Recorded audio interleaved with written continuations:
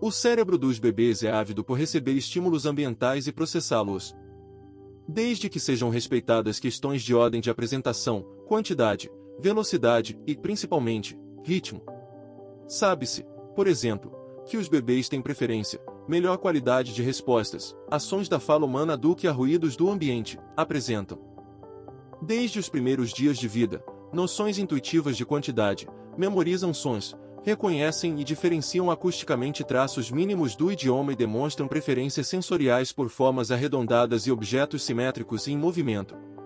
O cérebro do bebê desenvolve-se, assim, em resposta aos componentes genéticos, que sustentam as bases biológicas para o desenvolvimento, e ambientais. Dessa forma, durante toda a gestação e após o nascimento, o cérebro do bebê recebe e processa estímulos ambientais, ainda que reduzidos ou distorcidos. Essas informações são processadas e reforçam as sinapses que já foram estabelecidas a partir do período gestacional, uma vez que o cérebro do recém-nascido conta com uma superprodução de sinapses que serão seletivamente perdidas ao longo dos 3 primeiros anos. No processo chamado poda neuronal, descarte de neurônios, a experiência e a estimulação reforçam as sinapses já estabelecidas, ou seja, a aprendizagem modifica a estrutura física do cérebro, favorecendo assim a estabilização e a formação de novas sinapses. Logo, temos nos primeiros anos de vida a necessidade de estimulações ambientais coerentes e conjuntas com a maturação cerebral, e os resultados dessas interações parecem exercer um papel fundamental ao longo da vida. Sabe-se que o cérebro se desenvolve mais rapidamente entre o nascimento e os primeiros anos de vida do que em qualquer outro período do desenvolvimento humano. Os primeiros anos da vida de uma criança são fundamentais para seu desenvolvimento. Diversos estudos demonstram que a evolução do cérebro acontece a uma velocidade incrível nesse período. Há 1 milhão de conexões entre neurônios por segundo, sobretudo com estímulos e interações com os pais, cuidadores, demais membros da família e outras crianças. Pouco a pouco, o cérebro se desenvolve por meio da nutrição e de cuidados adequados, mas também pela continuidade dessa interação da criança com outras pessoas e com o ambiente. Este é o período em que o cérebro mais precisa de estímulos.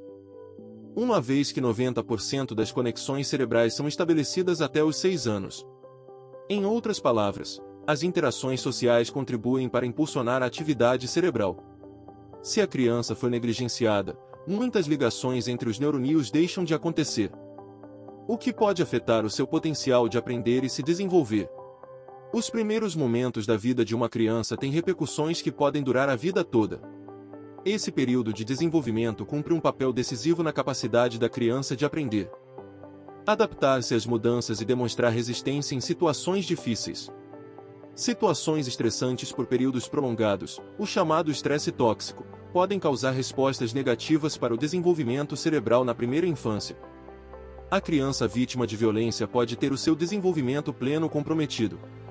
O desenvolvimento de uma pessoa é contínuo e incorpora diversos processos biológicos e socioemocionais que se moldam a partir das experiências vivenciadas especialmente na primeiríssima infância. Ou seja, mesmo após o nascimento, o cérebro continua sendo construído, e a qualidade de sua construção depende das experiências vividas. Quanto melhor for a construção do cérebro nessa fase, melhor será a preparação das crianças para o futuro. Para que o processo de desenvolvimento pleno do bebê e da criança ocorra, são fundamentais estímulo adequado, vínculo e afeto. O cérebro, auxiliado pelos órgãos que compõem os sentidos, visão, olfato, audição, paladar e tato, se apropria da informação por meio de um estímulo adequado vindo do ambiente, e, na maioria das vezes, realizado pelos pais adultos de referência da criança e cuidadores. Experiências positivas na primeira infância contribuem para o desenvolvimento saudável do cérebro, permitindo que a arquitetura cerebral seja sólida e tenha uma estrutura mais apta a superar dificuldades. É comprovado que o cérebro humano é plástico o suficiente para possibilitar o aprendizado até o fim da vida. Mas o ritmo de apreensão de conteúdos diminui muito após a fase da primeira infância. Essa foi nossa videoaula de hoje.